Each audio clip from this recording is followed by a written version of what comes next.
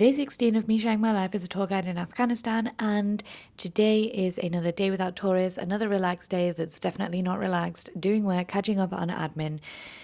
It was another completely admin day, or at least trying to get stuff done day. I don't know what it is about here, but whilst at home I would be hard to get away from my desk, here the relaxed vibes are contagious and there's just no rush for anything. In the morning I did some exercise, had breakfast with a colleague, then spent the morning snuggled up in my duvet waiting for the sun to come out in the courtyard. Lunchtime came around too quickly, but in Afghanistan 12 is only late morning tea time, so I sat with some colleagues to do some work in the sun and grab another coffee before we then had lunch around 4 p.m. Lunch at 4 p.m. as well, considering I usually eat dinner around 5 or 6, but hey, when in Rome. Honestly, the rest of the day I hardly moved between the garden and my room to get things done. I sat with one of my colleagues and chatted about business plans in the future, and then went online for some meetings with my other colleagues around the world as the US and Europe started to wake up.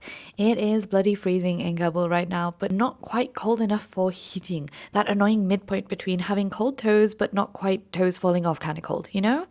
Honestly, being a tour guide can seem pretty glamorous, but once you're off the road, there's a bunch of emails and admin. My life seems crazy on the outside because I don't usually show these mundane days, but they do exist as well, and they are pretty mundane.